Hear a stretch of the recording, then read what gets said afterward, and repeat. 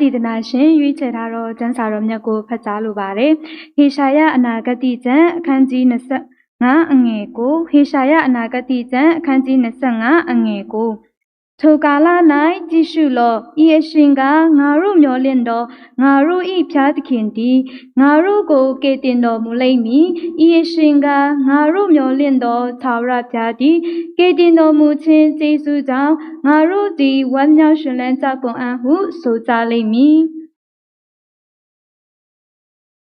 ကိုလိုသဲဩဝါဒစာအခန်းကြီး1အငယ်29-28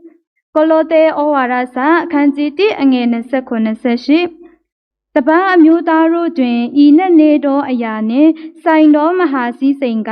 အပေများလောက်ကြီးတီကိုတန့်ရှင်းသူတို့သည်တိစေခြင်းကဖျားသခင်အလိုရှိတော်မူ၏ထိုစည်းစိမ်ကဘုံအတရေကိုမျော်လင့်ခြင်းအကြောင်းတည်ဟုသောတင်တို့အထဲ၌တည်တော်မူသောခရစ်တော်ပေသည်ခရစ်တော်အားဖြင့်လူတိုင်းစုံလင်ခြင်းတို့ရောက်၍လူခတ်သိမ်းတို့ကိုစက်တအံ့သောငါတို့သည်လူခတ်သိမ်းတို့ကိုတတိပေး၍ပညာအမျိုးမျိုးနှင့်ဆုံးမတွင်တင်လက်ခရစ်တော်ဤတရားကိုဟောပြောကြ၏ယေရှုတင်ပါတယ်ခုချိန်မှာကျွန်တော်တို့အတူတကွနှုတ်ကပတ်တော်ခံယူဖို့အချိန်ဖြစ်ပါတယ်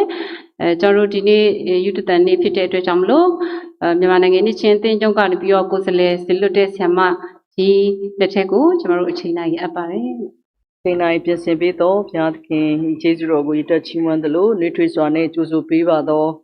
နတ်တာကုန်ကင်းနှစ်ချင်းအသင်းတော်ကြီးမှာရှိတဲ့ဖာသင်းဆရာကြီးများ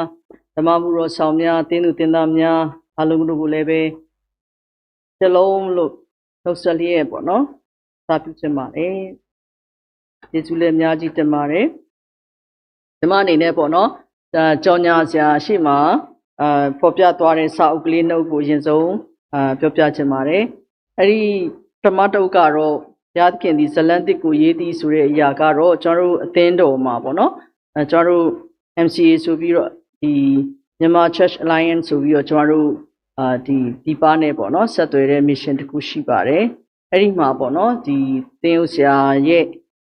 သူတို့ရဲ့အသင်းတော်မှာဒီ52ပတ်စာပေါ့နော်52ပတ်စာသူ့ရဲ့သင်းသူသင်းသားတွေကိုခွန်အားပေးတဲ့အရာလေးပေါ့နော်အဲ့ဒီအရာကိုအရန်ကောင်းတဲ့အတွက်ကြောင့်မို့ကျွန်တော်တို့ကနေပြီးတော့ဘာသာပြန်ကျင်ပါတယ်ဆိုပြီးတော့ဖွင့်တောင်းတဲ့အခါမှာလှုပ်ဆောင်ထားတဲ့အရာဖြစ်တယ်ဘုရားရဲ့ကျေးဇူးတော်ကြောင့်ကျွန်တော်တို့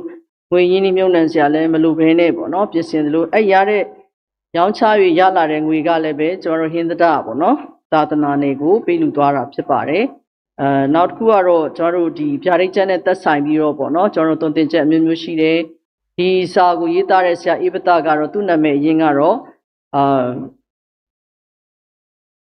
ဆရာတော်တီထူးလို့ခေါ်ပါတယ်သူကတဝေအားဖြစ်တယ်ကျွန်တော်တို့ကျောင်းမှာအဝေးသင်ပြီးသွားတယ်ပေါ့နော်သူကအင်္ဂလိပ်စာနဲ့ပြီးတယ်အင်ဂျင်နီယာလည်းဖြစ်တယ်ကျောင်းဆရာတယောက်လည်းဖြစ်တယ်သူအသင်းတော်မှာလည်းသူ Bible Study ပေးတဲ့သူဖြစ်တယ်ပေါ့နော်သူရဲ့ဖာသင်းဆရာကသူ့ကိုတောင်းအနေနဲ့ခါမှာဘာပဲပြောကျမ်းစာအကြောင်းတစ်ခုတော့မင်းပြီးရမယ်ဆိုတဲ့ခါမှာသူရဲ့ခုနပြောရရှိတဲ့အချိန်မှာပေါ့နော်ကျွန်တော်တို့ကျောင်းနဲ့လာပြီးတော့ဒီဓမ္မပညာရများတို့ကိုသင်ကြားခံယူပြီးတဲ့အခါမှာသူပို့ပြီးတော့သူရရှိတဲ့ယူပါယုံနဲ့သူလေ့လာခဲ့တဲ့စွမ်းအားတွေအလုံးပေါင်းပြီးတော့ပေါ့နော်သူဒီနောက်ဆုံးသောကာလနဲ့သက်ဆိုင်တဲ့ပြပြချက်ပေါ့နော်ဗျာဒိတ်ချမ်းတွေကိုသူကသူတို့ရဲ့ဒီနေတဲ့နေရာမှာဒီ migrant people တွေလည်းရှိတယ်အဲ့ဒီခါမှာသူတို့ကိုလာပြီးတော့ပေါ့နော်သိပ္ပံပညာနဲ့သက်ဆိုင်ပြီးတော့ဒီဗျာဒိတ်ချမ်းကိုဘယ်လိုຫນွယ်ပြီးတော့နားလည်ရမယ်ဆိုတော့ဒီသိပ္ပံပညာရှင်ချက်တုပေါ့နော်သူရဲ့ဖွင့်ပြချက်တွေရဲ့သူကိုယ်တိုင်ရှာဖွေလေ့လာထားတဲ့အရာရဲ့အကောင်းဆုံးပေါ့နော်ဒီတာမန်လူပင်လင်းနားလည်နိုင်စီတဲ့ပေါ့နော်ဒီဓာရိကျမ်းကိုဘယ်လိုဆင်ခြင်ခွန်အားယူတည်ဆောက်ရမယ်ဆိုရင်ပြည့်စုံလာတယ်ဆိုတဲ့အကြောင်းပေါ့နော်သူကိုယ်တိုင်လေ့လာစီးပူးထားပြီးတော့ပေါ့ကျွန်တော်တို့ဖတ်ကြည့်ပြီးပါပြီဆိုတော့ဒီတမလေးစားမိတယ်ကျွန်တော်တို့ကိုယ်တိုင်တော့မှစာဟောလို့လာရမ်းလွယ်တာရေးနိုင်ဖို့ဆိုတာနောက်ပြီးတော့စာအုပ်တစ်ခုထွက်လာဖို့တဲ့ကုန်ကြစိတ်ဆိုတာချိန်အများကြီးပေးရပါတယ်ဒါပေမဲ့သူ့ကိုဘုရားသခင်အဲ့စုကျေးဇူးပေးတဲ့အခါမှာကျွန်တော်တို့ကိုစားသူ့လှုပ်တယ်လို့ကျွန်မကအင်တာမလေးစားဂုဏ်ယူမိပါတယ်အဲ့ဒီစာအုပ်ကလေးကိုကျွန်မအကြောင်းမှလည်းဖြန့်ချီတယ်အားပေးတယ်ပေါ့နော်အဲ့တော့ကျွန်တော်တို့ဒီစာအုပ်ကလုံးဝထောက်ထားမှန်ကန်ခိုင်လုံတဲ့အခြေအနေတစ်ခုအနေနဲ့ပေါ့နော်ကျွန်တော်တို့ထောက်ခံပြီးတော့ဖြန့်ချီပေးပါတယ် များသောအားဖြင့်ကျွန်တော် internet မှာဖတ်လိုက်လို့ရတာပဲပေါ့နော်သို့တော်လည်းပဲကျွန်တော်တို့ internet ကိုနော်တစ်ခါကျတော့ပြန်ရှာရင်ရမ်းခက်တယ်နော်ချက်လက်ထောက်ထားမြန်မြန်ဆန်ဆန်နဲ့ပေါ့နော်အချိန်မီထုတ်သုံးလို့ရတယ်အနေထားနဲ့ပေါ့နော်ဒီကုန်ကြစိတ်တွေတကယ်တော့ကုန်ကြစိတ်ကကြီးတဲ့အခါမှာပေါ့နော်ကျွန်တော်တို့သူများတွေကိုလက်ဆောင်ပေးလို့ရှိရင်အနည်းဆုံး2000 3000ပေါ့နော်ဒါပေမဲ့ဒီစာအုပ်လေးပေးလိုက်လို့ရှိရင်နှုတ်ကပတ်တော်လည်းပါသေးတယ်နော်နားလည်နိုင်တဲ့ဉာဏ်ဒီအရာတွေနဲ့ဝိညာဉ်ခွန်အားဝရရှိနိုင်စေတယ်ခုနကတေးဥဆရာဘာသာပြန်စာအုပ်ကလေးဆိုလို့ရှိရင်ကျွန်တော်တို့ကခရိယန်စာပေဆိုခရိယန်လောက်သာသုံးချင်တာဒါပေမဲ့သူက secular ရှုထောင့်တွေလည်းသူကထည့်ထားပေးတယ်နော်ဒီကျွန်တော်တို့တမန်ကျမ်းစာရဲ့အနက်ဖွင့်ဆိုမှုတွေကို secular ဘိုင်းဆိုင်ရာမှာအခြားပြပကဘာရဲ့ရှုမြင်နေတဲ့လူတွေရဲ့နာကျင်ခံစားမှုတွေပေါ့နော်ဒီຢာတွေကိုဘယ်လိုမျိုးကုစားရမယ်ဆိုတော့နော်ကျွန်တော်တို့ mindset တွေကိုဘယ်လိုချိန်နိုင်လဲဆိုတော့ဘုဒ္ဓတတွေလည်းပဲပေါ့နော်သုတပညာတွေကိုလည်းပဲထည့်ထားပေးတယ်ပေါ့နော်ကျွန်တော်တို့စာပေတစ်ခုကိုဖတ်တဲ့အခါမှာသုတကိုဖတ်လို့ရှိရင်ကျမတို့ကကိုလိန်ညာတဲ့အရာတွေကိုကျွန်တော်တို့ကကာကွယ်တားဆီးနိုင်တယ်ယတကိုဖတ်တဲ့အခါမှာကိုကလိန်ညာတဲ့သူမဖြစ်စေတဲ့ပေါ့နော်တွန်းအား power ကိုရရှိစေတယ်အဲ့တော့ဒီစာအုပ်နှစ်ခုစလုံးကသမတရားကနေပြီးတော့ဖွင့်ဆိုလာတဲ့သုတယတဓမ္မအားလုံးပါတဲ့အခါမှာဒီနေ့ကျမတို့ကိုယ်တိုင်လည်းခံစားသိမြင်နိုင်တယ်လို့သူများကိုလည်း sharing လုပ်တဲ့အခါမှာခိုင်ခန့်တဲ့အထောက်ထားတစ်ခုအနေနဲ့ပေါ့နော်ဒီနေ့ဘုရားသခင်ကကျွန်တော်တို့ကိုပေးတယ်လို့ယုံကြည်စိတ်ချပြီးတော့ပေါ့နော်ဖတ်ရှုနိုင်ပါတယ်သူဆောင်လာကတော့စာအုပ်အရန်နေပြီမဲ့ကျွန်တော်တို့ပေါ့နော်အမီးဖတ်ကြည့်ပါတိုက်တယ်ဆိုလို့ရှိရင်ကျွန်တော်တို့ MICT မှာရယူနိုင်နေဆိုတဲ့အကြောင်းရှင်းစွာမိတ်ဆက်ပေးချင်တာဖြစ်ပါတယ်ဒီကမိတ်ဆက်ရမယ့်အရာကတော့ကျွန်တော်တို့မြန်မာနိုင်ငံနေချင်းအသင်းချုပ်ရဲ့ပေါ့နော်ဒီအင်္ဂလိပ်နဲ့သာသနာပြုရေးဌာနဒုတိယအကြိမ်မြောက်အင်္ဂလိပ်သာသနာပြုအမှုတော်ဆောင်များညီလာခံရှိပါတယ်အဲ့ဒီမှာလူဦးရေသာသနာပြုဆရာဆရာမများ1000ကိုဒီလူမျိုးစုနဲ့ဒီတန်တရအဖွဲ့ဒီစုပေါင်းပြီးတော့ဒီညီလာခံကို2026ဒီဇင်ဘာလ3ရက်နေ့ညနေပိုင်း6ရက်နေ့မှာကျင်းပဖို့ရှိပါတယ်ဒီအတွက်ပေါ့နော်သူတို့ရဲ့ခံမှန်းကုန်ကြစိတ်ကတော့ကျပ်သိန်း1500သိန်းဖြစ်ပါတယ်ပြုလုပ်မဲ့နေရာကတော့အလုံမျိုးနယ် France ခမ်းမမှာဖြစ်ပါတယ်လို့ဒီအတွက်ပေါ့နော်ကျွန်တော်တို့တတိယဆူတောင်းကူခြင်းအဖြစ်တော့၎င်းကျွန်တော်တို့ပေးလူတဲ့ကောင်းကြီးမျိုးစေ့တွေကဒီသာသနာပြုရေးထဲမှာမြုပ်နှံခြင်းအဖြစ်စဘွားကောင်းကြီးမင်္ဂလာများရရှိခံစားနိုင်ဖို့ရန်အတွက်ဝဲချုပ်အသင်းချုပ်ကြီးရဲ့ညွှန်ကြားချက်တိုင်းပေါ့နော်အထူးကြော်ညာပေးခြင်းပါတယ်လို့ကျွန်တော်ဘုရားသခင်ရဲ့ကျေးဇူးတော်ကြောင့်ဒီသင်းတော်ကြီးကိုကျွန်တော်3ကြိမ်မြောက်ရောက်ရှိလာခြင်းဖြစ်တယ်ရှင်းတဲ့ကြိမ်ကတော့ဒီခုအကြီးစားပြုပြင်နေတဲ့အင်တာမလှပတင့်တယ်ပြီးတော့ပေါ့နော်နိုင်ငံတကာအဆင့်မီနော်ဗိမာန်တော်ကြီးမှာကျွန်တော်2ကြိမ်ဟောပြောခွင့်ရတယ်နောက်တချင်းတွေလည်းနားထောင်လို့ရှိရင်ကောင်းကင်နိုင်ငံရောက်သွားသလိုပဲအခုဆိုလို့ရှိရင်မျိုးဆက်တစ်တွေဟာကွာရဆိုတော့ကျွန်တော်ဖြားသွားနော်ဒီလိုမျိုး train နဲ့ပေါ့နော်မျိုးဆက်ပေါ်မှာဘလောက်ဂရုစိုက်တဲ့အတင်းတော်ကြီးလဲဆိုတဲ့အတွက်ပေါ့နော်ကျွန်မအရန်ပဲလေးစားကုန်ယူမိပါတယ်နော်တော်မလုံနိုင်နေတဲ့အခြေအနေမှာပေါ့နော်မျိုးဆက်ကိုဘလောက်တောင်အာယုံစိုက်ပြီးတော့ပြုစုတဲ့အတင်းတော်ကြီးလဲဆိုပြီးတော့ပေါ့နော်တကယ်ပဲလေးစားကုန်ယူမိပါတယ်ကျွန်မအတင်းတော်အတွက်လည်းပဲပြန်ပြီးတော့သင်ယူစရာတွေရှိပါသေးလားပေါ့နော်ဒါရောက်သင်ယူခြင်းလည်းဟုတ်ပါတယ်ခွန်အားပေးမယ်ဆိုတဲ့အခါမှာတော့ဘုရားသခင်စီကပြင်ဆင်ပေးတယ်ပေါ့နော်ဒီဖွင့်ပြတော်မူချက်ကိုကျွန်တော်တို့အတူတကွထပ်ဆင့်ခံယူမျှဝေတိဆောက်သွားမှာဖြစ်ပါတယ်ပိုင်ရှင်ကဘုရားသခင်ကိုယ်တော်တိုင်ပဲဖြစ်ပါတယ်နော်ဆိုတော့ဒီအရာကိုဖွင့်ပြတဲ့အခါမှာကျွန်တော်တို့ပေါ့နော်ဒီဆရာကြီးနှစ်ပါးရဲ့နော်သူတို့ရဲ့ပေါ်ပြတယ်ပေါ့နော်အချက်လက်နှစ်ခုကိုကျွန်တော်သိကြိုက်တယ်ဒီနှစ်အခါတည်းမှာဘာဖြစ်လဲဆိုတော့ဒီဘက်စန်းစာတင်ကြားခြင်းဆိုတဲ့အပိုင်းကနေကြိုက်တာရှိတယ်အခါတည်းမှာတိုက်တွန်းနှိုးဆော်တဲ့ဘက်ကကြိုက်တာရှိတယ်ဒါပေမဲ့ဒီနှစ်မှာတော့ဒီပေါ့နော်ဒီတင်ကြားခြင်းဘက်ကရောနှိုးဆော်ခြင်းဘက်ကရောနှစ်ခုကိုပေါ့နော်ကျွန်မ2 in 1ပေါ့နော်2 in 1ပေါ်ပြန်2 in 1ပြောလိုက်တော့အမ်းမလန့်သွားပါနဲ့အများကြီးရှိမှာတော့မဟုတ်ဘူးပေါ့နော်တက်နိုင်မြကျွန်တော်တို့ရဲ့လူအုံနောက်ရဲ့အကန့်အသတ်ရှိတော်ညာလေးပဲဝิญဉ်စာငတ်တယ်ဆိုလို့ရှိရင်ဒီအရာတွေအားလုံးကိုเนาะကျွန်တော်တို့စားလို့မဝနိုင်အောင်ဖြစ်သွားနိုင်မှာကြီးပါတယ်เนาะဆိုတော့ဒီက ခေါင်းစဉ်အနေနဲ့ရွေးချယ်ထားတဲ့တင်းကျုပ်ကြီးကရွေးချယ်ထားတဲ့ခေါင်းစဉ်ကတော့အသင်းတော်ဒီကဘာမြေကြီးဤမျောလင့်ခြင်းဆိုတဲ့ခေါင်းစဉ်နဲ့ဖြစ်ပါတယ်အဲ့ဒီမှာပေါ့နော်ပထမသမကျမ်းစာသင်ကြားတဲ့အခြေခံပြုမဲ့ဒီပြင်ဆင်ထားပေးတဲ့ဆရာကြီးကတော့ Reverend Dr. Joe Zahelkap ဆိုတဲ့ဒီ King Christian Institute of Theology Flang ရဲ့ principal ကနေပြီးတော့ရှေ့တစ်ပိုင်းကိုပြင်ဆင်ထားပေးတယ်ကျွန်တော်တို့တိုက်တွန်းလို့ဆိုတဲ့အသက်တာပေါ့နော်ဒီဘယ်လိုမျိုးအသက်တာဖြစ်လာရမလဲဆိုတာကိုပြင်ဆင်ပေးတဲ့သူကတော့အသင်းတော်ရဲ့အသင်းချုပ်ကြီးရဲ့ဗန္နာရင်းဖြစ်တဲ့ဆရာမဒေါ်နန်းသူစာမွန်ဖြစ်ပါတယ်သူကတော့ရှမ်းဘက်ကဖြစ်တယ်ပေါ့နော်ဒီနှစ်ပါးရဲ့ပေါ့နော်ဖွင့်ပြတဲ့အချက်တွေထဲထဲပါပေါ့နော်ကျွန်မဖျားခင်ဝိညာဉ်တော်ဖွင့်ပြခြင်းအဖြစ်ပေါ့နော်ကျွန်မခွန်အားယူတည်ဆောက်မိတဲ့အရာကိုဝေမျှချင်ပါတယ်အဲ့တော့ဒီထဲမှာပေါ့နော်အသင်းတော်ဒီကဘာမြေကြီးရဲ့မျောလင့်ခြင်းလို့ပြောတဲ့အခါမှာဒီနေ့ကျွန်တော်ပတ်ဝန်းကျင်မှာနော်စိန်ခေါ်မှုတွေအမျိုးမျိုးရှိပါတယ်နော်ဒီစိန်ခေါ်မှုတွေရှိတယ်နော်ကို့မှာနော်မျောလင့်ခြင်းတွေရှိတယ်အဲ့ဒီမျောလင့်ခြင်းရှိတယ်လို့ပြောပေမဲ့လေအဲ့မျောလင့်တာဖြစ်မှဖြစ်ပါမလားပေါ့နော်ကျွန်တော်တို့အရန်မဲစိုးရိမ်နေရတဲ့အခြေအနေတနေ့တနေ့မတူညီတဲ့ပေါ့နော်အခြေအနေတွေကိုဒီနေ့ကျမတို့ကစိုးတထိတ်ထိတ်နဲ့သွားရတဲ့အခြေအနေဖြစ်တော်လဲပဲပေါ့နော်ဒီနေ့ကျမတို့မှန်ကန်တဲ့အသင်းတော်ရဲ့အသက်တာကတော့ကဘာမြေကြီးကိုနော်မျောလင်းချက်တွေပေးနိုင်တဲ့အသင်းတော်တစ်ပါးအနေနဲ့ပေါ့နော်ကျမတို့ဘာတွေလုပ်နေသလဲလုပ်နေတဲ့အရာကိုဘယ်လိုခိုင်ခန့်စေမလဲဘယ်လိုဘုရားသခင်ကထပ်ဆင့်တောင်းအနှင်းခြင်းတွေရှိမလဲပူဇော်မှုတွေဘာတွေရှိလာမလဲပေါ့နော်ဒီຢာတွေကိုကျွန်တော်တို့အမြဲတမ်းတွေးတောဆင်ခြင်ပြီးတော့ပေါ့နော်အသင်းတော်ကဓမ္မမှုတော်ဆောင်နေတော်၎င်းနော်ကျွန်တော်တို့အသင်းသူသင်သားတယောက်ချင်းစီတိုင်းမျိုးဆက်တီ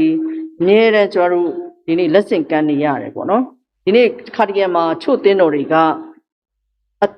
ကဘာကြီးကိုမျှော်လင့်ချက်တွေပေးရမယ်အစားကဘာကြီးစီကနေပြီးတော့သူတို့ကိုချီးမွမ်းတာတွေသူတို့ကိုအံ့ဩတာတွေသူတို့ကိုပံ့ပိုးတာတွေနော်ကြော်ကြားမှုတွေသူတို့ကပြန်ယူခြင်းနဲ့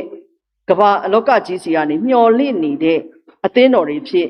ဒီနေ့တနေ့တခြားများပြားတဲ့မှားယွင်းတဲ့နော်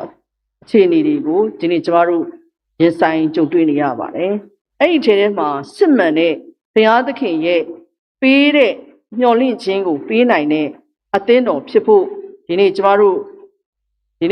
ရဲ့အသင်းတော်တွေတွာလာရမယ်အခြေအနေထဲမှာအခြေခံဓမ္မခံယူချက်၃ခုရှိရပါမယ်ပထမတစ်ခုကတို့အသင်းတော်ကကဘာမြေကြီးနဲ့တီးခြားနေတာမဟုတ်ဘဲစန့်ကျင်ဘက်မဟုတ်ပါဘူးတဲ့နော်နံပါတ်2ကတော့ခုနပြောတဲ့ခွဲခွာတီးခြားနေတဲ့အသင်းတော်ကြီးအဖြစ်ပေါ့နော်ရက်တီရမှာမဟုတ်ပါဘူးတဲ့ကျွန်တော်တို့တတိယမြောက်ကတော့ကျွန်တော်တို့အသင်းတော်တွေကကဘာမြေကြီးအတွက်တကယ်ပဲမျောလင့်ခြင်းတက်တီကိုတီးနိုင်တဲ့အဖြေကိုနော်ကျွန်တော်တို့ကပြသနိုင်တယ်ပေါ်ထုတ်နိုင်တယ်ကုစားပေးနိုင်တဲ့တက်တီအဖြစ်ဒီနေ့ကျွန်တော်တို့ကိုဘုရားသခင်ကတာဝန်အနှင်းနဲ့ဆိုတာကိုပြန်လည်ပြီးတော့ဆင်ခြင်စဉ်းစားတတိပြုဖို့စစ်ဆေးဖို့အချိန်ဖြစ်နေပါတယ်အဲ့တော့ဒီနေ့တမန်ကျမ်းစာထဲမှာเนาะကျွန်တော်တို့အသင်းတော်ရဲ့တာဝန်ကျွန်တော်တို့သိပါပြီအဲ့တော့အဲ့ဒီခါမှာဒီနေ့ကမ္ဘာလောကကြီးတစ်ခုလုံးကိုကြီးလိုက်တဲ့အခါမှာဆင်းရဲဒုက္ခတွေเนาะဆင်းရဲဒုက္ခတွေအမျိုးမျိုးကိုအနိဋ္ဌာယုံနေကျွန်တော်တို့အများကြီးတွေ့ကြုံနေကြရပါတယ်เนาะတခါတည်းကျတော့သတင်းအရန်ကြည့်တယ်ကျွန်မမျိုးသားအရန်ကြည့်ရခါကျသူကလာပြောတယ်ကျွန်တော်မခံစားနိုင်တော့မပြောနဲ့တော့လို့ပြောတဲ့အရာကိုလည်းစုပေါ့နော်စုပဲတောင်းပေးနိုင်တယ်မလုတ်ပေးနိုင်တဲ့အခါမှာပေါ့နော်ကျွန်မအင်တာမအဲ့ဒီအနိဋ္ဌာယုံနေ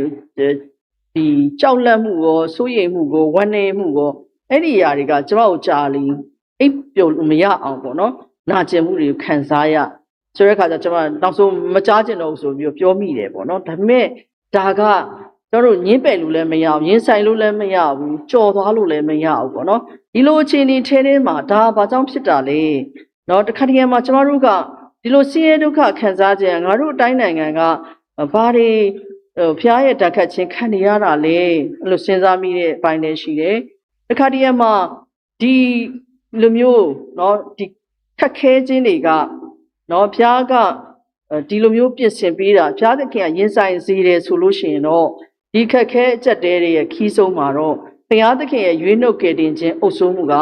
ပြည့်စုံလာမယ်ဆိုတဲ့ပေါ့နော်မျှော်လင့်ခြင်းကလည်းတစ်ဖက်ရှိလာတယ်ပေါ့နော်ဒါကြောင့်ကျွန်တော်တို့ကစစ်ဆေးရမယ့်ပိုင်းကဒီနေ့ကြုံတွေ့ရတဲ့ဒီနာကျင်ခြင်းဒုက္ခဟာနှမျိုးပဲရှိပါလိမ့်မယ်အဲ့နှမျိုးကဘာလဲဆိုလို့ရှိရင်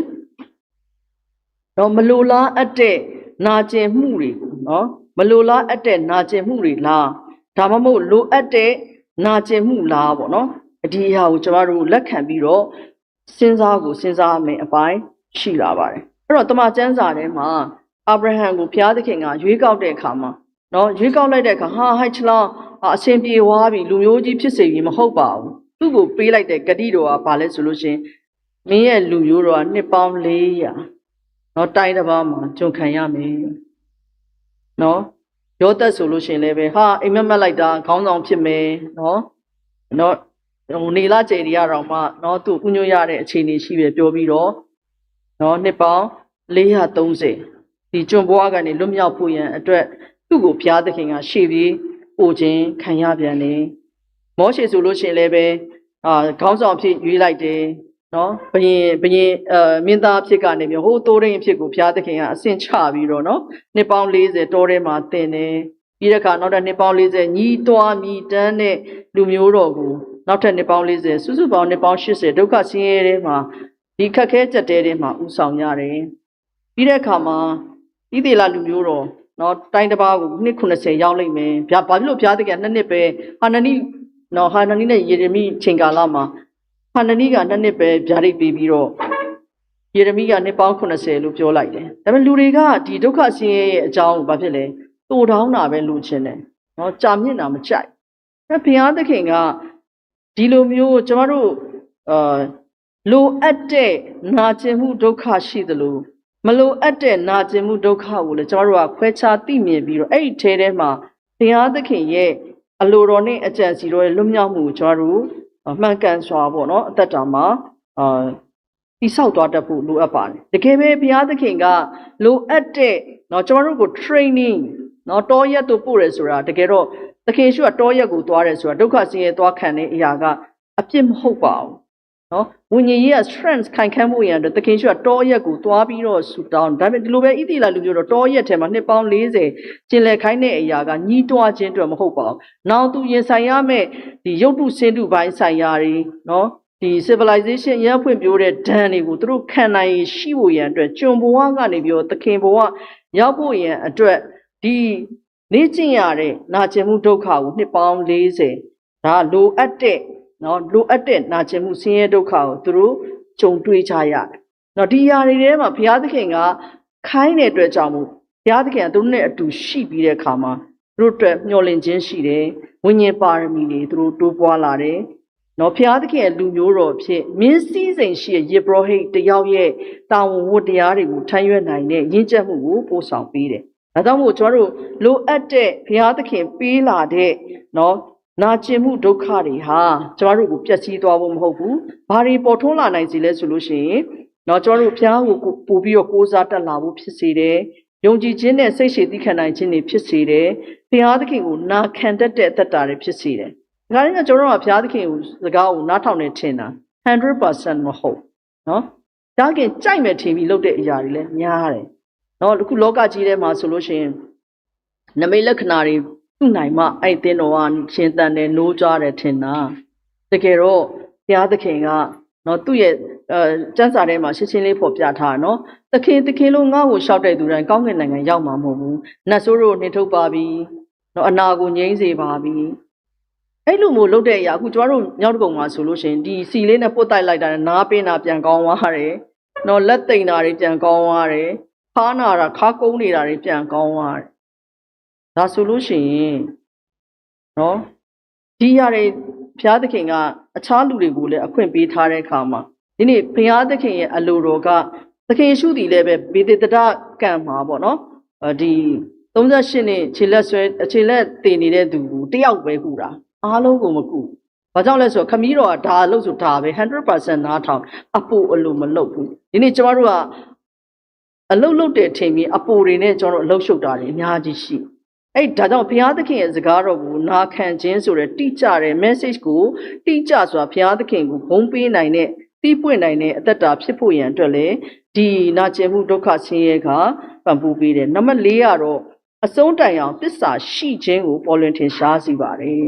ကျွန်တော်တို့တစ်ခါကျကျွန်တော်တို့ကဘာဖြစ်လဲ stamina မကောင်းစာပိုင်းတော့ကောင်းတယ်အလေလောက်လဲကြတော့နည်းနည်းချက်ချင်းကကြာလာတယ်အဆုံးလဲကြတော့လစ်သွားနော်ဆိုတော့ကျွန်မဖေကလည်းကျွန်မအမှုတော်ဆောင်တဲ့အချိန်မှာပြောလေးရှိတယ်သမီးတဲ့အမှုတော်ဆောင်တဲ့ဆိုစုံဆောင်တဲ့ခါမှာပေါ့နော်စိတ်ဓာတ်ကသစ္စာရှိဖို့လိုအပ်တယ်တရားရဲ့အမှုတော်ကိုနည်းနည်းသိအယမ်းလောက်ချင်နော်ပိုတိလာတဲ့အခါနည်းနည်းလေးစဉ်းစားလာတယ်လုံးဝလည်းသိရောမလုပ်တော့ဘူးအဲ့လိုလူစားတွေဘာအများကြီးတွေ့ဘူးတယ်သမီးကအခုကျမ်းစာကြောင့်တက်တယ်နော်ချစ်ထွန်းထုံးကိုင်ပြီးနောက်လှည့်ကြည့်လို့လည်းမရဘူးနော်အမှုတော်များတစ္ဆာနဲ့ကွာဘုရားသခင်ကတည်တည်တိုင်အောင်စက္ကန့်နိုင်တဲ့စိတ်ထားရှိတော်မှာကျမ်းစာကြောင့်တက်ပါလို့ကျွန်မကိုညွှန်ကြားပါတယ်အဖေကအားပေးပါတယ်အဲ့တော့ကျွန်မလည်းအများကြီးစဉ်းစားရတာပေါ့နော်အဲ့တော့ကျွန်မပြန်ပြီးဘုရားသခင်တကယ်ခေါ်တာလားမခေါ်ဘူးလားနော်ကျွန်တော်လည်းစစ်ဆေးရတယ်ဘာဖြစ်လို့လဲဆိုတော့ကျွန်မကပတ်စံရှာပြီးဟောတယ်လို့ပေးခြင်းတဲ့လူဖြစ်ခြင်းတယ်ဘာလို့ဆိုအဖေမေကဝန်ထမ်းဆိုတော့ခက်ခဲတယ်ခက်ခဲတော့အဖေမေကိုထောက်ပံ့တဲ့သူအသင်းတော်သာသနာကိုလည်းငွေတွေနဲ့ထောက်ပံ့ခြင်းတယ်ဒါကျမရဲ့အကြံစီဖြစ်တယ်။ဒါဘုရားသခင်ခိုင်းလိုက်တဲ့အရာကလှူဒါစားယေရှုတင်တတ်ပါ။နော် smart ဖြစ်ချင်တာတမင် bless ဖြစ်တဲ့လူဖြစ်အောင်မင်းဆက်ကပ်ပါ။ဆိုတော့အဲ့လိုမျိုးကျမရဲ့လူရင်းဆန္ဒတွေကိုချိုးနှိမ်ပလိုက်ရတာပေါ့နော်။နော်အသင်းသူတင်သားအားလုံးကကျမရဲ့မိသားစုဖြစ်သွားတယ်။နော်အသင်းသူမိသားစုတည်တည်လေးမဟုတ်တော့တကယ်စัจ java လာနဲ့ဆိုင်တဲ့နော်မိသားစုကြီးကိုဘုရားသခင်ကတောင်းအနှင်းလိုက်ခြင်းဆိုတဲ့ကောင်းကြီးကိုကျွန်မမြင်ရတဲ့အခါမှာဘုရားရဲ့ကျေးဇူးတော်အရန်ချီးမွမ်းပါတယ်။ကျွန်မတက်လို့အစီခံနေတာထက်ပေါ့နော်။ဘုရားသခင်ရဲ့အသုံးခံခွင့်ရလို့ကျေးဇူးတင်တတ်တဲ့အသက်တာဖြစ်သက်ဆုံးတိုင်အောင်အစီခံခြင်းတဲ့သူဖြစ်လာပါတယ်။ဒါပေမဲ့ဂျားထဲမှာဘာတွေဖြစ်အသင်းတော်ကနေထွက်ပြေးသွားခြင်းလောက်အမှုတော်မဆောင်ခြင်းနိုင်လောက်အောင်နော်ကျွန်တော်ဝမ်းနေမှုတွေအတိမတ်ပြုခြင်းမခံရတာတွေနော်ဒီလိုမျိုးတွေကျွန်တော်တို့နော်စိတ်တက်ကြတဲ့အခြေအနေတွေအများကြီးရှိပါတယ်။နော်ဆရာလို့ခေါ်ပြီးမြဲကျွန်တော်တို့ခြေထောက်အောက်မှာထားခြင်းတဲ့အခြေအနေတွေလည်းကြုံရ။ဒါကြောင့်မို့အဲ့တော့ကျွန်တော်တို့ Pastor Theology သင်တဲ့အခါမှာဓမ္မမှုတော်ဆောင်ဆိုတာတဲ့နော်။ဖဏတ်အောက်ကနေပြီးတော့ခေါင်းဆောင်ရတဲ့ wounded healer တွေဖြစ်တယ်တဲ့။နော်နာကျင်မှုတွေကိုယ်တိုင်ရှိနေပြီးမြဲသူများကိုကုစားရတဲ့ခြေထောက်အောက်ကနေနှိမ့်ချအစီခံရတဲ့ခေါင်းဆောင်ဆိုတာဓမ္မမှုတော်ဆောင်ပဲ။ဆိုတော့သင်ခဲ့မှုတဲ့အနာလေးပြန်နားထောင်ပြီးသခင်ယေရှုခရစ်တော်ဘုရားတော်နွားစခွက်အနက်နဲ့လောကကြီးကိုအစေခံပြီးတော့နော်လူတွေအားလုံးကိုသူ့ရဲ့အသက်ဆုံးပြီးကယ်ခဲ့သေးတာကျွန်မကဘာများမျှော်လင့်နေတာလဲကိုရောကအားလုံးလုပ်ပြီးသားဖြစ်တယ်ကိုရောကကျွန်မတို့ထက်အများကြီးခံခဲ့ပြီးသားဖြစ်တယ်အဲ့လိုပြန်စဉ်းစားလိုက်တဲ့အခါမှာကိုရောကလည်းမင်းငါ့ကိုတကယ်ထားသွားမလို့လားလို့မေးတဲ့မိကွန်းကျွန်မနားထဲမှာပြန်ကြားတဲ့အခါမှာအမှုတော်ဆောင်ခြင်းအရာမှာပြန်ပြီးတော့သစ္စာရှိနိုင်တဲ့ဆင်းရဲဒုက္ခကိုခံနိုင်တဲ့အရာပြန်လည်ပေါ်ထွန်းလာစေပါတယ်။သာဓုသစ္စာရှိသောငယ်သားကောင်းကနော်တကယ်ပဲအဆုံးတိုင်အောင်သစ္စာရှိတည်ကြည်မှသာလျှင်ဒီနေ့ကျွန်တော်တို့ဒီအတန်ကိုပြန်ကြားရမှာဖြစ်တယ်ပေါ့နော်။ဒါကြောင့်မို့ကျွန်တော်တို့လောကကြီးထဲမှာရှိနေရင်ပြဿနာဆိုတာအမြဲတမ်းရှိနေမှာပဲ။အဲ့ဒီပြဿနာကိုကျွန်တော်တို့မရင်ဆိုင်နိုင်ပါဘူး။ပြဿနာကိုကင်းသွားအောင်လည်းလုပ်လို့မရပါဘူး။ဒါပေမဲ့ကျွန်တော်တို့လုပ်လို့ရကျွန်တော်တို့ mindset ကိုချိန်လို့ရတယ်။အဲ့ဒီ mindset နဲ့ချိန်နိုင်တဲ့အရာကဘယ်ရလဲဆိုတော့ဝိညာဉ်ပါရမီစုကျေးဇူးဘုရားသခင်ပေးတဲ့ခွန်အားဘုရားသခင်ပေးတဲ့နှစ်သိမ့်ခြင်းဘုရားသခင်ပေးတဲ့လမ်းပြခြင်းဝိညာဉ်တော်ဘုရားရဲ့လမ်းပြခြင်းအပြင်ဒီဆင်းရဲဒုက္ခတွေကြုံတဲ့အခါမှာကျွန်တော်တို့ရဲ့ဝိညာဉ်တွေကတန့်စင်ပြီးတော့နော်ဝိညာဉ်တကိုးတွေဟာတောက်လောင်ပြီးတော့ဒီနေ့ကမ္ဘာလောကကြီးကိုချိန်နိုင်တဲ့အတ္တဖြစ်လာနိုင်စေပါတယ်အဲကျွန်တော်တို့သားသမီးတွေကျွန်တော်တို့စိုးရိမ်တယ်ကျွန်မသားသမီးတွေပေါင်းတဲ့အခါမှာကျွန်မအရန်စိုးရိမ်တဲ့အတွက်ကြောင့်ပါပြန်ကောင်းသောပေါင်းတဲ့ကောင်းသောဆရာသမားကောင်းသောဝင်းကျင်ဖြစ်ပါစေလို့ကျွန်မကအဲ့လိုအပြင်ကိုကြည့်ပြီးကျွန်မဆူတောင်းတယ်ဒါပေမဲ့ဒီသားငယ်လေးတယောက်ပေါ့နော်သူရဲ့ပညာသင်ခီးတွားကန်ဒီမှာဘုရားသခင်ကျွန်မအမြင်ချင်းလိုက်မင်းကသူများကောင်းတဲ့အရာကိုရွေးပြီးတော့မင်းရဲ့သားမျိုးပေါင်းဖို့မင်းစဉ်းစားနေတာမင်းရဲ့သားမျိုးမင်းကောင်းအောင်သွန်သင်ပေးပြီးတော့အဲ့ဒီသားသမီးအပြင်အဲ့ဒီမကောင်းတဲ့ဝန်းကျင်ကိုချိန်နိုင်အောင်မင်းကသွန်သင်ရမှာနော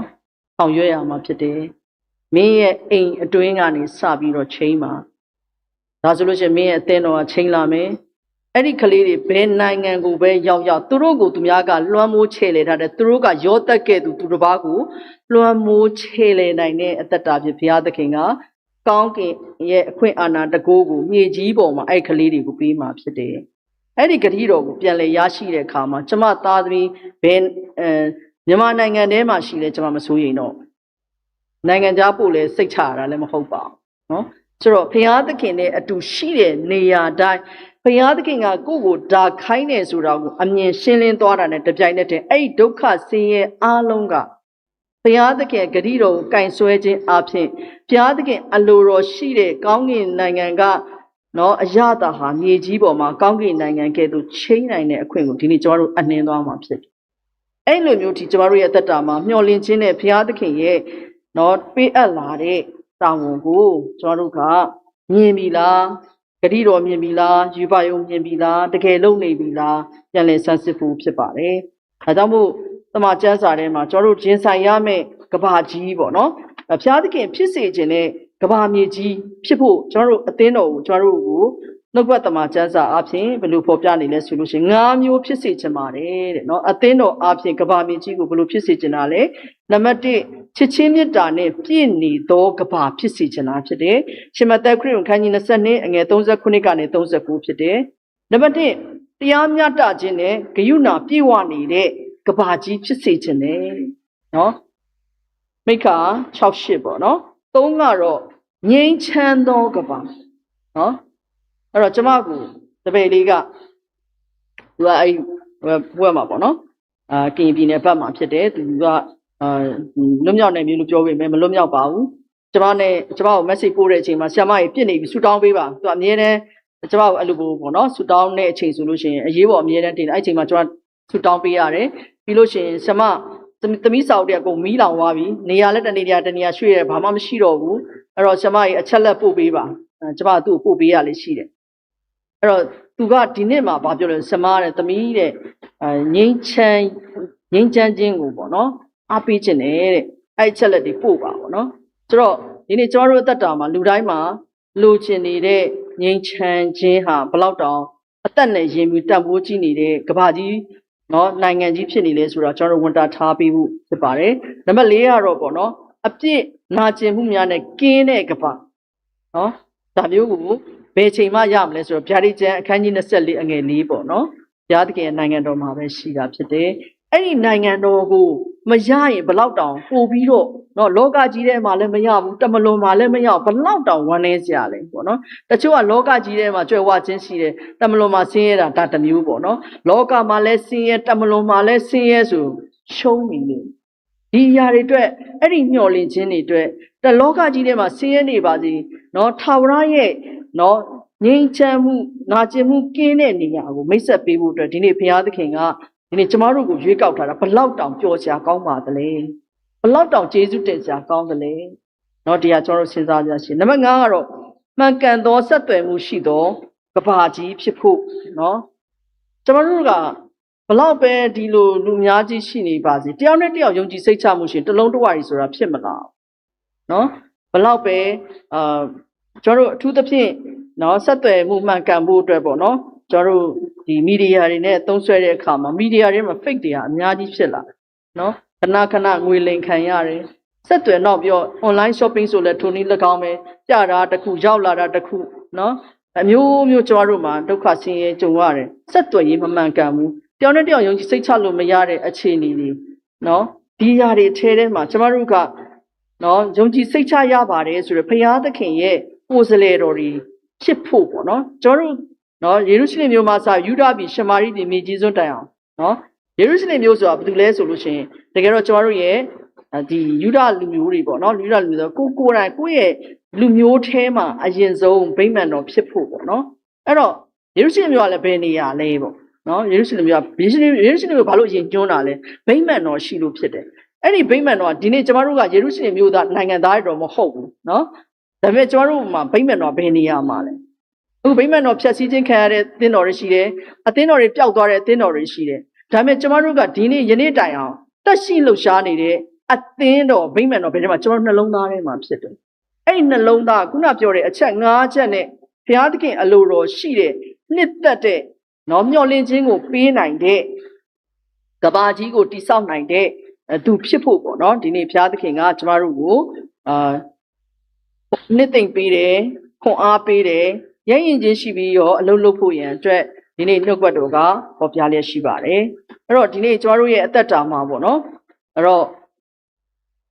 ကျွန်တော်တို့ရဲ့ဒီဆင်းရဲဒုက္ခနာကျင်မှုအထွတ်ထိပ်ကတော့ဘုသူစီကနေပြီးတော့နော်လွတ်မြောက်အောင်မြင်မယ်ဆိုတဲ့ဂရုတော်ကိုရလဲဆိုလို့ရှိရင်ကျွန်တော်တို့သခင်ယေရှုခရစ်တော်ဖျားအဖြစ်ဖြစ်ပါတယ်ဒါကြောင့်မို့တမန်ကျမ်းစာထဲမှာပေါ့နော်မျှော်လင့်ခြင်းတည်းဟုသောသင်တို့အထဲ၌တည်တော်မူသောခရစ်တော်ဆိုပြီးတော့ဂလာတိဩဝါဒစာကောလောသဲဩဝါဒစာခန်းကြီး1ငယ်29မှာဖော်ပြထားပါတယ်အဲ့တော့တကယ်ပဲခရစ်တော်ကကျမတို့ကိုအုပ်ဆိုးရဲ့လားကျမတို့ရဲ့အရှင်သခင်အရင်းမြစ်ကသူဟုတ်ရဲ့လားအရင်ဆုံးကျမတို့စစ်ဆေးဖို့လိုအပ်ပါတယ်အဲ့တော့သခင်ယေရှုကသူ့ရဲ့တပည့်တော်တွေကိုပေါ့နော်ရှင်မဿဲခရစ်ခန်းကြီး16အငယ်73ကနေပြီးတော့18မှာဖတ်တဲ့ခါကြလို့ရှင်ဘာတွေ့ရလဲဆိုလို့ရှင်သခင်ယေရှုကမေးငါ့ကိုဘယ်လိုထင်တယ်လဲငါဘာတူလဲဆိုတော့တပည့်တော်တွေကသူများအဖြေတွေအငားတွေနဲ့ပြောတယ်ကိုရောကိုချို့ကယောဟန်လို့ပြောတယ်အချို့ကအေလိယလို့ပြောတယ်အချို့ကယေရမိလို့ပရောဖက်တစ်ပါးပါလို့ပြောတယ်သဘောတရားကဘာလဲဆိုတော့ခရစ်တော်ကိုဖယားမှန်းသူတို့ကိုယ်တိုင်3နှစ်3မိုးတင်တာတော့နားမလည်ဘူးအဲ့ဒီအချိန်မှာဝိညာဉ်တော်ကကူပြီးတော့မှပေတုအဖြစ်ပြောဟာကိုရောဒီအသက်ရှင်တော်မူခရစ်တော်ဒီဟုသောအသက်ရှင်တော်မူသောဖယားသခင်သားတော်ဖြစ်တယ်ဖယားလို့မခံနိုင်ဘူး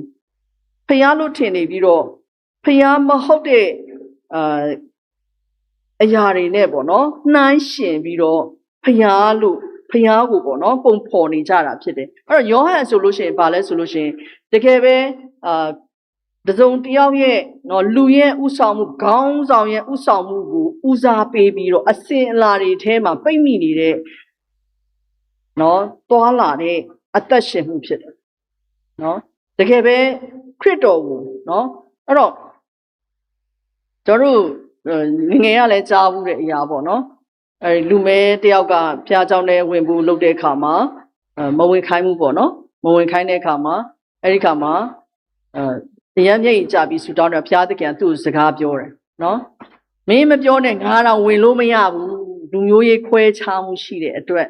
နော်ခွဲခြားတဲ့စိတ်တွေကွဲပြားတဲ့စိတ်တွေအဲ့ဒီတော့ငါတော့ဝင်လို့မရဘူး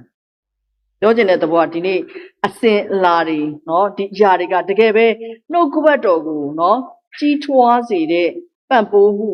နော်အရာတွေကိုထိထိရောက်လုပ်နိုင်ပါရဲ့လားပြန်လေကျွန်တော်တို့အသင်းတော်တွေရဲ့နော်လေပတ်နေတဲ့ကျွန်တော်တို့ရဲ့အစဉ်အလာတွေထုံတန်းဒလိတွေပေါ့နော်တမန်တော်ဝုဒ္ဓမှာလည်းအဲ့လိုပဲနော်ယူဒချစ်ကယုတ်မရှိတော့တဲ့အတွက်ကြောင့်တပည့်တော်12ပါးပြန်ဖြည့်ဖို့ဖခင်ကမခိုင်းခဲ့ဘူးဒါပေမဲ့ဘာဖြစ်လဲအဖွဲ့အစည်းကဘာလုပ်လဲဆူတောင်းပြီးတော့မဲနိုင်ပြီးရွေးတယ်ဖခင်မခိုင်းပါဘူးအဲ့တော့အဲ့ဒီမတ်တိဆိုတဲ့ပုဂ္ဂိုလ်ကနော်တကယ်ပဲအလုပ်ဖြစ်လားမဖြစ်ပါဘူးစရင်ပဲဝင်တာနော်စရင်ပဲဝင်တာနာမည်ပဲရနော်စရင်မှတ်တမ်းပဲဝင်သွားအလုပ်ဘာမှမဖြစ်ပါဘူးအဲ့တော့ဒီနေ့ကျမတို့ရဲ့အစဉ်လာတွေထဲမှာအသင်းတော်ရဲ့အစဉ်လာတွေထဲမှာယောဟန်ကဲ့သို့သောအခြေအနေမျိုးယောဟန်လို့နော်ခရစ်တော်ကိုဦးစားမပေးဘဲနဲ့ခေါင်းဆောင်အစဉ်လာတွေကိုဦးစားပေးပြီးကျွန်တော်တို့သွားလို့ရှိရင်တိတ်ပြီးတော့အဲ့ဒီຢာကဖခင်ရဲ့နှုတ်ကပတ်တော်သရင်ကောင်းကိုမပြတ်နိုင်မနဲ့အသင်းတော်ထဲမှာပဲပေါ့နော်ကျွန်တော်တို့အသားကျနေတဲ့အခြေအနေဆိုလို့ရှိရင်အဲ့တော့ဒီအဲ့ဒီຢာဘာလဲဆိုလို့ရှိရင်ခရစ်တော်ဟာတကယ်ပဲအရင်မြင့်မဟုတ်ဘူးဆိုတဲ့အသင်းတော်နဲ့အတူတူပဲဖြစ်တယ်နောက်တစ်ခုကတော့အေလိယလို့ပြောတဲ့အခါမှာနမိတ်လက္ခဏာတွေပြနော်နမိတ်လက္ခဏာပြတဲ့အသင်းတော်မှာပြနိုင်တဲ့ other time ကိုပြောနိုင်မှနော်ဒါတွေကလိုအပ်ပါတယ်လိုအပ်ဖျားပေးမယ်ဒါပေမဲ့အတင်းသင်တန်းပေးတာတို့နော်ဒီလိုလုံးဝဝိညာဉ်တော်ရဲ့သဘောကိုနားမလဲပဲဝိညာဉ်ဆိုတဲ့ပုဂ္ဂိုလ်တော်ကိုနားမလဲပဲတကိုးလောက်ပဲမှတ်နေတဲ့တကိုးနမိတ်လက္ခဏာတွေနောက်ကိုလိုက်နေတဲ့အသင်းတော်ဆိုလို့ရှင်လည်းပဲတကယ်ပဲစစ်မှန်တဲ့အသင်းတော်မဟုတ်စစ်မှန်တဲ့မျှော်လင့်ခြင်းကိုပေးနိုင်တဲ့အခြေအနေမဟုတ်ပါဘူးနော်နောက်တစ်ခုကတော့ယေရမိလို့ပြောတဲ့အခါမှာဒါပရာဟိတတွေပေါ့နော်လူမှုရေးစီးပွားရေးနိုင်ငံရေးနော်နိုင်ငံလွတ်မြောက်ဖို့မျှော်လင့်ခြင်းတွေယူဒရှကာကိုလည်းအဲ့နီးနဲ့လောက်တာသခင်ယေရှုကပြောတယ်ငါလိုရှိလို့ရှိရင်ခမည်းတော်ကိုတောင်းလိုက်တက်12တက်တောင်မှပြန်ရနိုင်တယ်တတက်မှ6000ရှိတယ်ကောင်းကင်တမန်တစ်ပါးနော်ငါ8500ကိုတပ်လိုက်နိုင်တဲ့ခွန်အားဆက်တဲ့ရှိရဲ့ကောင်းကင်တမန်12တက်ဆိုတော့စဉ်းစားကြည့်အဲ့လောက်တော့ခေါ်လို့ရမခေါ်ဘူးဒုက္ခဆင်းရဲနဲ့နော်ပေးဆက်ပြီးတော့လောကလူသားအားလုံးကိုကယ်တင်ဖို့ဖခင်ရဲ့ခမည်းတော်ရဲ့အကြံစီကပိုရေးကြည့်တယ် လူမှုရေးစီးပွားရေးနိုင်ငံရေးဒုက္ခအမြဲတမ်းရှိနေမှာဖြစ်စည်ရဲသားလည်းအမြဲတမ်းရှိနေမှာဖြစ်တယ်အဲ့ဒီအရာထဲမှာဖယားသခင်ရဲ့အလိုတော်ဘလို့နားထောင်ပြီးအသက်ရှင်ရမယ်ဆိုတာငါ့ကိုကြည့်လို့ရှိရင်ခမည်းတော်ကိုမြင်မယ်ငါ့ကိုယုံကြည်တဲ့သူကကောင်းကင်နိုင်ငံကိုရောက်မယ်အဲ့ဒီလမ်းတလမ်းပဲဖြစ်တယ်အဲ့ဒီအရင်းမြစ်ကခရစ်တော်ဆိုတဲ့သတင်းကောင်းကိုကျမတို့ကအင်္ဂလိပ်သတင်းဆိုင်ရာမှာကျမတို့ရဲ့သာသနာကွင်းတွေမှာခရစ်တော်ကိုမမြင်နိုင်သေးတဲ့၍ပရိဒတ်အဆင့်လောက်လုပ်တဲ့အသင်းတော်ဖြစ်သွားလိမ့်မယ်ပရိဒတ်အဖွဲ့အစည်းနဲ့တူတူပဲရှိတဲ့အသင်းတော်ပဲဖြစ်တယ်ကျမတို့ကပရိဒတ်အလုပ်တွေကဒုတိယဖြစ်တယ်ခရစ်တော်ကိုအရင်ပေးရတာဖြစ်တယ်ယာခန့်ရဲ့ပြောင်းလဲခြင်းကသတင်းကောင်းကိုရပြီးတော့မှသူ့ရဲ့မိသားစုလွတ်မြောက်မှုအတွက်ကိုဘုရားသခင်ကဒုတိယဂရုတော်လှုပ်ဆောင်ပေးခြင်းဖြစ်တယ်သတင်းကောင်းကအရင်ရောက်တာဖြစ်တယ်မိသားစုကဲပြီးတော့မှเนาะခရစ်တော်အကြောင်းကိုနောက်မှသူဆိုနှစ်ယောက်ကပြောတာမဟုတ်เนาะသတင်းကောင်းကအရင်ရောက်ရတယ်ဒီနေ့ကျမတို့မှာအဲ့သတင်းကောင်းကိုပြောဖို့ရန်အတွက်ဒီနေ့ကျမတို့လူမှုဆက်ဆံရေးပျက်စီးသွားမလားငါ့ကိုမုံသွားမလားနော်ငါပတ်ဝန်းကျင်မှာငါ့ကိုအရာရှိရထင်လွဲသွားမလားကျမတို့အဲ့ဒီစိုးရိမ်ခြင်းတွေနဲ့နော်ဖျားသခင်ရဲ့တည်င်းကောင်းခရစ်တော်ဆိုတဲ့အသက်ရှင်သောဖျားကိုပြောဖို့ရန်အတွက်အဲ့ဒီတည်င်းစကားလောက်ကောင်းတာလောကကြီးထဲမှာဘယ်မှမရှိဘူးအဲ့ဒါပြောဖို့တဲ့ကျမတို့ကဘာဖြစ်လဲနော်ဘယ်ဇလန်းကကောင်းလဲဘယ်အစားအစာကောင်းလဲဒါတွေကိုကျမတို့ပို့ပြောမိနေတယ်တကယ်တော့အဲ့ဒါတွေလည်းမပြောဟောက်လားအဲ့ဒီအရာထဲမှာခရစ်တော်ကိုဘယ်လိုမျိုးသွင်းပြီးတော့သူ့ကိုဆွဲဆောင်ပြီးတော့ခရစ်တော်ရဲ့အသက်ရှင်သောကယ်တင်ခြင်းကိုနော်ခရစ်တော်အားဖြင့်ရရှိလာမဲ့ထာဝရနိုင်ငံတော်ရဲ့နော်လွတ်မြောက်ခြင်းကောင်းကြီးမင်္ဂလာပြောမလဲဆိုဒါတွေကကြားခံဖြစ်လာရဘောလုံးသမားကိုအဲ့တော့ကျမကဒီတက္ကစီတွေစီးတဲ့အခါပေါ့နော်များသောအားဖြင့်ကျမစီးတဲ့အခါမှာပေါ့နော်ချိန်ကကျွန်မ10မိနစ်လောက်ရရင်ကျွန်မ10မိနစ်လောက်ပဲရ9မိနစ်လောက်ပဲရပေါ့နော်ဘုရားသခင်ကိုယဉ်ပြီးဒီလူကို gospel ပြောရမလားမပြောအောင်ဆိုမပြောဘူးပြောရင်ပြောတယ်ပေါ့နော်ပြောရင်လည်းဘုရားခင်ဘယ်လိုပြောရမလဲစီးပွားရေးလားမိသားစုရေးလားသတင်းဟိုနော်ဘောလုံးကြောင့်အခု fever ပေါ့နော် fever နဲ့ပတ်သက်တဲ့အတားအခြေခံပြင်ပညာရေး music တင်တယ် music ထဲမှာ gospel ပါတယ်နော်လူတွေက music သိကြိုက်တယ်သူတို့ကုစားမှုအတွက် power အဲ့ power ကိုဒီကျွန်တော်တို့ကရင်လူမျိုးကြီးကရထားတဲ့နောက်ပြီးတော့ဒီမာနက်မှောင်မိုက်တကူကိုလည်းဖြိုဖျက်နိုင်တာ music ဖြစ်တယ်။ဒါကြောင့်ယူဒချင်းဝမ်းချင်းရှေ့ဆုံးကတိုက်ခိုင်းတယ်။ဒီຢာကတကယ်ပဲသတင်းကောင်းပါရဲ့လား။သတင်းကောင်းပါရုံမဟုတ်ဘဲနဲ့ entertainment ဆိုလို့ရှိရင်တော့ဒါကျမတို့ကအခြားဖွဲ့စည်းလို့ပဲmusic band လောက်အဆင့်မရှိ။ဒီနေ့ကျမတို့ဒီမှာရှိတဲ့မျိုးဆက်တွေတယောက်ချင်းစီတာသူရဲ့လက်နိုင်များနေဖြစ်တယ်။အဲ့ဒီ music နဲ့သူတို့ရှိမဲ့နေရာမှာမှောင်မိုက်တကူသူတို့ဘယ်လိုမျိုးနော်ဖယ်ရှားပြီးတော့သူတို့ကိုယ်တိုင်လည်းခရစ်တော်ရဲ့တကူကိုနော်ကောင်းကင်ရဲ့တကူကိုရတဲ့မျိုးဆက်တွေအဖြစ်ပေါ့နော်ဒီမောင်မိုက်တကူတွေကိုအလင်းဖြစ်ဘလို့ချိန်မလဲသူတို့ရဲ့စုကျေးစုဒီအရာကိုဒီနေ့ကျမတို့ကဘယ်လိုမျိုး strategy ချရမလဲဆိုတော့ကျမတို့ကဒီပြင်ဆင်ထားမယ်ဆိုလို့ရှိရင်ကုစားမှုလည်းဖြစ်တယ်ဒီလောကကြီးထဲမှာအဓိကယောဂ2မျိုးပဲရှိတယ်တဲ့အဲ့2မျိုးကဘာလဲဆိုလို့ရှိရင်စိတ်ယောဂနဲ့ကိုယ်ကာယဆိုင်ရာကျန်းမာခြင်းယောဂဖြစ်တယ်စိတ်ယောဂပါဆိုအနာဂတ်ကိုစိုးရိမ်တာနော်စိုးရိမ်နေတဲ့အတွက်ကြောင့်မို့ stress တွေမိပြီးတဲ့အခါမှာစိတ်ယောဂတွေဖြစ်နော်စိတ်ကစင်ကလေးဖြစ်တယ်စိတ်ဖိစီးမှုဖြစ်တယ်စိတ်တက်ကြတယ်ဒါတွေကိုကုစားဖို့ဒီຢာကဘာလို့လုပ်လဲဆိုတော့ဒါကဝိညာဉ်ပိုင်းဆိုင်ရာအားနေတဲ့အခါမှာစာတန်ကကြော်ကွင်းချလို့ရတဲ့ယောဂဖြစ်တယ်ဒီဘက်ကကိုယ်ကာယပိုင်းဆိုင်ရာကျတော့ကျမတို့ရဲ့စားတောက်နေထိုင်မှုတွေလူချင်းချင်းရဲ့ပေါ့နော်ဆက်သွယ်မှုဒါကြောင့်မို့ကျွန်တော်တို့စားတော့လည်းကောင်းတောက်တော့လည်းကောင်းဘုရားသခင်ဘုန်းတော်တော်ဖြစ်ရဒီနှစ်ခုကိုကျွန်တော်တို့တိုက်တဲ့အခါမှာဒီအရာတွေကိုဥစားနိုင်မှုရန်အတွက်ပေါ့နော်ဒီနေ့ဉာဏ်ပညာစုတောင်းဖို့လိုအပ်ပါတယ်အဲ့ဒီဉာဏ်ပညာကောင်းကြီးမင်္ဂလာ၅မျိုးကိုဘုရားသခင်ကနော်ကျွန်တော်တို့ကိုပေးခဲ့ပြီးဖြစ်တယ်ဒါပေမဲ့ကျွန်တော်တို့ကဘာဖြစ်အဲ့လက်နက်ကိုမသုံးတတ်ဘူးနော်သုံးနေတယ်လို့ထင်ပေမဲ့လည်း power မဖြစ်ဘူးဥပမာဆိုလို့ရှိရင်ကျွန်တော်တို့နှုတ်ကတမန်ကျမ်းစာလူတိုင်းဟောတယ်နော်လူတိုင်းဟောတယ်လူတိုင်းဖတ်တာပဲဒါပေမဲ့ဘာကွာတာလဲ power ကွာတာဖြစ်အဲ့ဒီ power ဘယ်အပြင်ရလဲတန်ရှင်သောဝိညာဉ်တော်မဆောင်ဘဲနဲ့လုပ်ရင်ဘယ်တော့မှ power မရဒါကြောင့်မို့တပည့်တော်တွေဂရိတော် Great Commission ရထားပါတယ်သို့တော်လည်းပဲတန်ရှင်သောဝိညာဉ်တကိုးကိုစောင့်ခိုင်းတယ်တန်ရှင်သောဝိညာဉ်တော်အလေးအလာကိုသိကျွမ်းစေပြီးတော့မှခမည်းတော်ရဲ့အလိုတော်ကိုခမည်းတော်ရဲ့စိတ်တော်ကိုသိပြီးတော့ခရစ်တော်ရဲ့ဝိညာဉ်ကိုရပြီးဒီနေ့ကျမတို့ကမှောင်မိုက်တကူနိုင်မှာဖြစ်တယ်။နှုတ်မို့ဆိုကျွန်တော်တို့မနိုင်ဘူး။လောကကြီးနဲ့သူမတာကိုမတာပဲနော်ထူးမခြားနာတွေဖြစ် တောင်းစလားအနရှိအလင်းပဲဖြစ်မှာဖြစ်တယ်နော်သူများတွေလည်းဒုက္ခလည်းကိုယ်လည်းဒုက္ခအဲ့တော့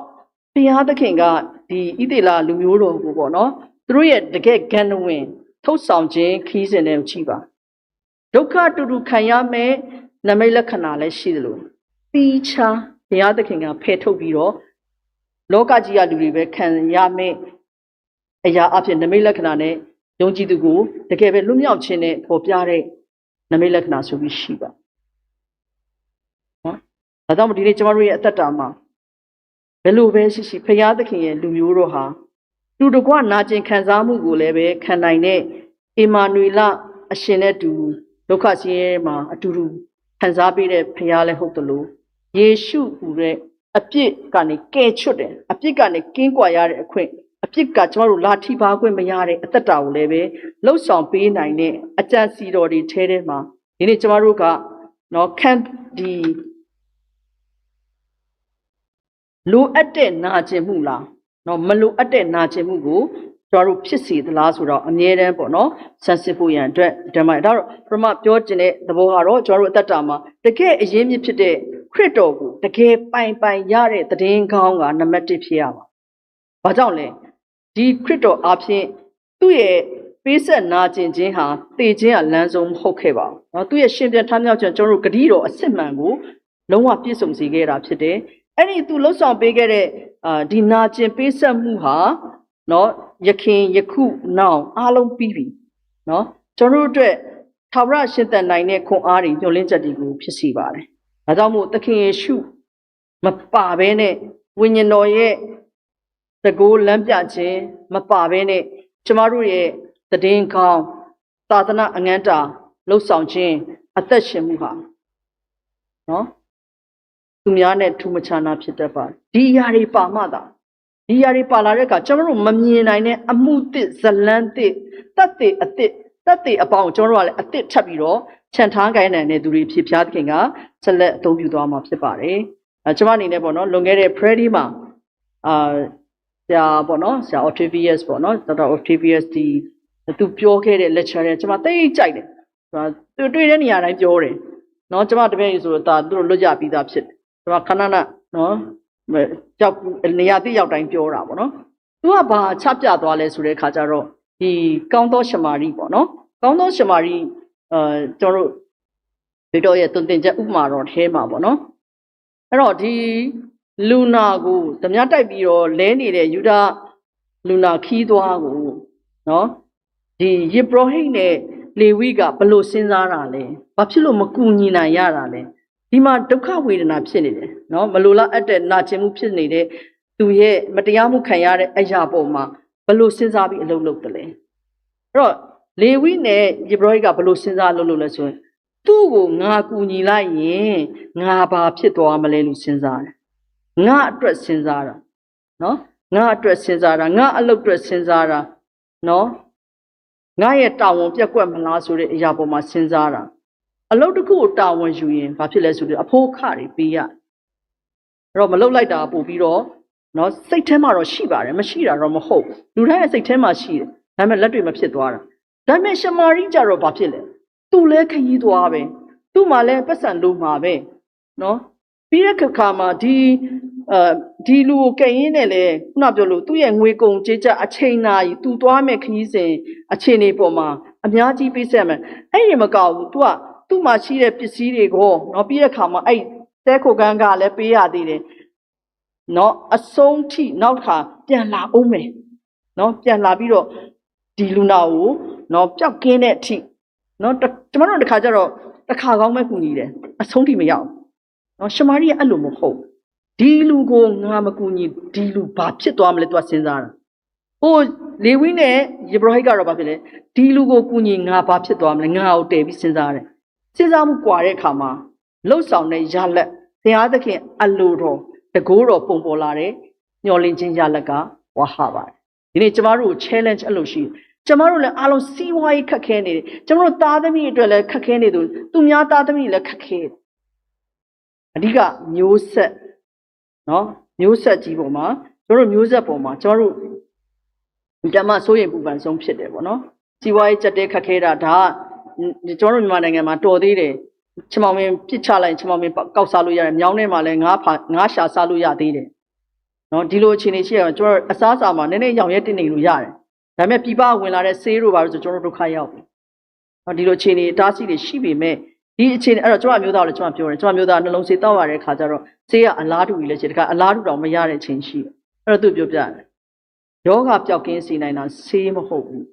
ဆရာဝန်လည်းမဟုတ်ဘူးပတ်စံလည်းမဟုတ်ဘူးပျောက်ကင်းစေနိုင်တဲ့အရင်မြစ်ကဖရာသခင်ပဲသူလည်းမှုတော်ဆောင်ပါပဲငါလည်းသိတာပေါ့ဒါမှမဖြစ်လေဘယ်သူနဲ့သူကဆေးမှာရမလဲနော်ပတ်စံဘယ်လိုမျိုး save လုပ်ထားပြီးတော့ဘယ်လိုဝယ်ရမလဲသူအဲ့လိုအရန်သူကအရန်သူ့ကိုယ်သူကျမ်းမာအောင်ပေါ့နော်အရန်ကြည့်ကြတယ် stamp ထည့်ဖို့လိုအပ်ပေမဲ့မထည့်ဘဲနဲ့နေတာဆိုတော့သူကအရန်သူ့ကိုယ်သူကူးဆိုင်တယ်ပေါ့နော်ဆိုတဲ့ခါကျသူ့ကိုမဆိုးရိမ်ဘူးကျွန်တော်တို့ပြောရဩဃကြီးထဲမှာခုနပိတ်လာမယ့်အရာတွေအများကြီးရှိတယ်ဒါပေမဲ့တမန်ကျမ်းစာရရှင်းရှင်းလေးပြောတာပေတရုမဖြစ်ခင်ရှိမုံတတ်တာမှာပေါ့နော်တညာလုံးငါရှာပြီးပြီတကောင်မှမရ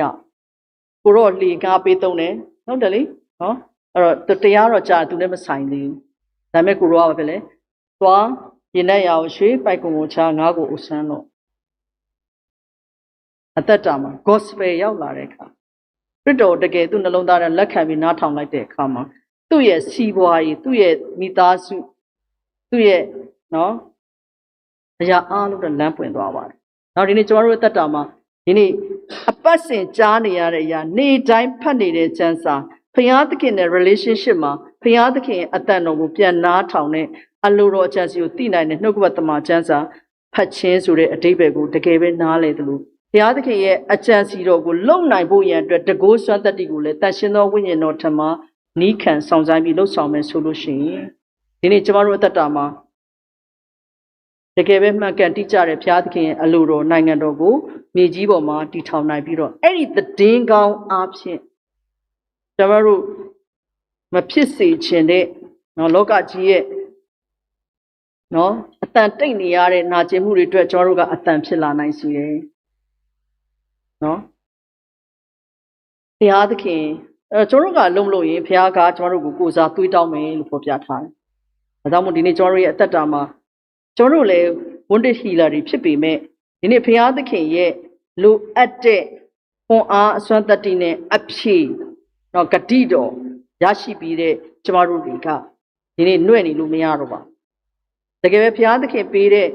ယူပါယုံနဲ့လှုပ်ဆောင်ရမယ့်အခန်းကဏ္ဍကိုအလိုတော်ကိုရှင်းလင်းစွာနားထောင်ပြီးတဲ့အခါမှာအဆုံးတိုင်အောင်သစ္စာရှိပြီးတော့လှုပ်ဆောင်တဲ့ညှော်လင့်ခြင်းနဲ့အတူဥတခြင်းအမှုရာကိုဒီနေ့ဘုရားခွန်အားနဲ့လှုပ်ဆောင်နိုင်သောသူများဖြစ်ပြန်လည်ဆန်းစစ်ပြီးတော့ကျွန်တော်တို့အသက်တာမှာဘုရားသခင်ရဲ့ဘုန်းတော်ကိုပြန်ပေးနိုင်တဲ့အသက်တာများဖြစ်လောကကြီးကိုညှော်လင့်ခြင်းသက်တည်ပေးလျက်အသက်ရှင်ကြပါစို့လို့ဖော်ပြရင်းနဲ့ဒီနှုတ်ဘတ်တော်အားဖြင့်လူတို့ကဝိမြခွန်အားယူတည်ဆောက်စေချင်ပါတယ်အလုံးပေါ်မှာဘုရားခင်ကောင်းချီးပေးပါစေနာဆုတောင်းကြပါစို့သာမီတယောက်စီတိုင်းကိုချစ်တော်မူသောကောင်းကင်ဘုံရှင်ပါသာသမီတို့ရဲ့ကယ်တင်ခြင်းအစစ်မှန်ဘုရားရှင်အစစ်မှန်သည်သာသမီတို့အတွက်နာကျင်ဆင်းရဲဒုက္ခကိုခံစားရလျက်အသက်ထာဝရကိုပေးတော်မူသောခရစ်တော်၌သာအရင်မြစ်ဖြစ်ကြောင်းကိုသိရှိပြီးကိုရောရဲ့တည်င်းကောင်းကိုမပြောနိုင်စေတဲ့ပိတ်ပင်ထားစီနေတဲ့သာသမီတို့ရဲ့လူမှုရေးစီးပွားရေးနိုင်ငံရေးဥပဒေကြောင့်အရေးရအားလုံးတို့ထဲထဲမှာသာသမီတို့တွန့်ဆုတ်နေခြင်းထက်ဘုရားသခင်ရဲ့အတန်တော်ကိုရှင်းလင်းစွာကြားပြီးဘုရားသခင်ပေးတော်မူသောဂတိတော်နှင့်ရဲဝံ့သောယုံကြည်ခြင်းကိုဒီသာသမီတို့သည်ပြန်လည်ရှင်းလင်းစွာနှလုံးသားထဲမှာဒါနခံယူတိဆောက်လျက်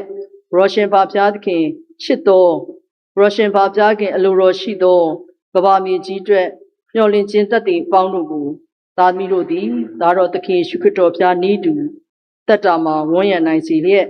ဝေမျှနိုင်စေလျက်ရောရှင်ပါဘုရားခင်နိုင်ငံတော်ကိုဒီမြေကြီးပေါ်မှာတည်ထောင်နိုင်စေရပါမည်ကြောင်းအသုံးခံပါ၏စက္ကပ်ပါ၏ရောရှင်ပါဘုရားသခင်နီလန်ပေးသနာတော်မူလျက်ခွန်အားပေးသနာတော်မူလျက်တရှင်သောဝိညာဉ်တော်တကူအားဖြင့်မောင်းမိုက်တကူကိုဖယ်ရှားပြီးအလင်း၏သားများကဲ့သို့ဘုရားသခင်ဖြစ်ပွားစေသောသားများကဲ့သို့လောကကိုအောင်နိုင်သောတတ္တာတည်သည့်ဖြစ်ရောရှင်ပါဘုရားသခင်ရှိတော်မှာဆက်လက်၍စက္ကပ်အသုံးတော်ခံလျက်ရောရှင်ဖာဘုရားခင်အလိုတော်ကိုဤမြေကြီးပေါ်၌ပြည့်စုံစေရပါမည်ကြောင်းဗရဒသခင်ရှိတော်ဘုရားရှင်နာမတော်ကိုပြု၍ယူသည်စွာဖြင့်ချီးမွမ်းလျက်ဆုတောင်းဆက်ကပ်အနံ့ပါ၏ အာမင်